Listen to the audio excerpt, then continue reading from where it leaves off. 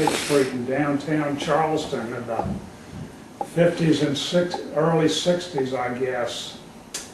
And I was born at Baker Hospital in 1942 on Colonial Lake, which is now a condominium of all things.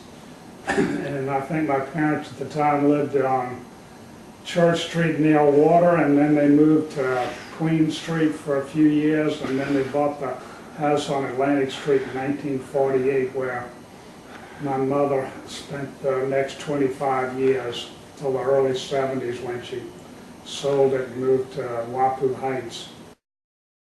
I went to school at the old Gouge School at the corner of, when it was at the corner of South Adges Wharf and East Bay Street. Well, actually I started at the Watts School when it was at 170 Broad Street in the late 40s, and then it only went to the 3rd grade, and then I went to the Gouge School at East Bay, and then I went to public school for a few years, and then came back to the Gouge School until the 10th grade when it stopped, and then I had to go to Charleston High School for the last 2 years, which was a perfectly good learning experience. Nothing wrong with Charleston High. Was a good school back then, not as good as Gouge, but we still managed to get somewhat of an education.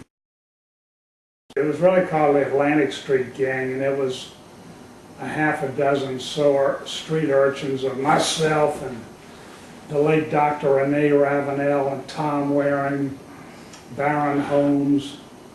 I think one of our affiliates was Julia Kinlaw, who lived there on Church Street, and Eddie Parker, till his family moved off Atlantic Street. But we kind of played games and all those old-fashioned things you read about on the internet, the do you remember this and that, and we would play, and nobody bothered us or hovered over us like parents do nowadays, worrying about if you were going to scrape your knee or run out in the street and get run over, because people didn't have cars like they have now. You know, a family may have one car and that may do for 2 or 3 people. Nowadays, every person in the family has a car, but probably, gosh, I guess the favorite memory is just sort of running around with the gang, doing this, that, and the other. I guess cowboys and Indians was a big thing back then. But you know, you had all those, we'd go to the movies a lot in the summer when it was hot and nobody had air conditioning, so we went to the movies in the afternoons to cool off. So we'd pick up on what was in the movies, Tarzan or the Lone Ranger or whoever was playing at the time, and play that ourselves, or we would run around in the spring climbing in everybody's loquat trees, eating the plums, out on the street playing hopscotch or whatever. It was a lot more innocent back then. You didn't have drugs, and we weren't aware of perverts and people like that.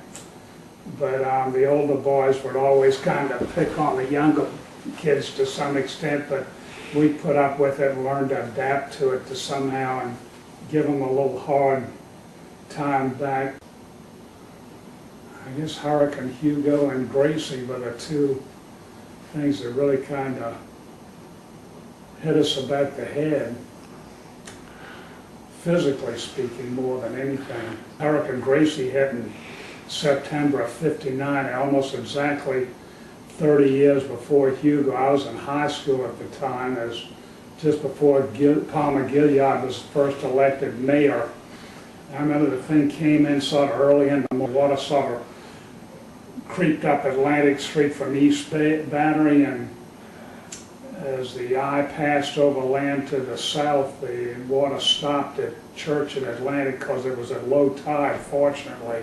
If it had hit at high tide, we might have had water on the first floor of our house, but fortunately we didn't. Well, a friend of mine who lived on Lambeau Street, who was a close high school chum, he came by about that time at the height and said, hey, let's go out and see what's going on. Well, my parents didn't think much of it, you know, they thought we had our heads screwed on. Well, we didn't. So we walked all the way straight down Atlantic Street to High Battery, wading with water up around us. turned right, headed down towards the battery, it's to South Battery, but the water just hitting that seawall and it'd shoot up and the wind would take and just throw it at you like rocks being thrown out of a BB gun, and you'd have to hold your arm up like that to protect you. And I mean, we walked all the way around Murray Boulevard. How we weren't killed or drowned, I don't know, but we were amazed at the numbers of people who had left their cars out on the street, and some of them were literally floating around. And I'd be given anything to have had one of those cars in perfect shape myself, and I knew now they were just practically junk from being submerged in salt water. But we walked around this Murray Boulevard just watching all the waves just sort of roll across White Point Gardens and then back up King Street to his house, and that was sort of the end of it. I'm amazed we weren't hit by some kind of flying debris or something. But you know, then afterwards it was cleaning up the mess. We lost a tree in our yard that we spent a couple of days with bow saws cutting up and putting out on the street so the neighbor could get his car out, and cleaning the debris out of our house. I remember my mother battling with the insurance adjuster over the claim for getting the house back in order, and then it took probably another half a year to get it fixed. You know, the plaster on the east side of the house had all been soaked, and so it had to be ripped out and replaced. It was just sort of like 6 months of a headache, but it could have been a lot worse, especially if you had water in the house, but which we didn't. Some people further down Atlantic Street did, but it wasn't that bad because of just maybe a few inches at most. But those around on Murray Boulevard that are low to the ground, those were flooded. So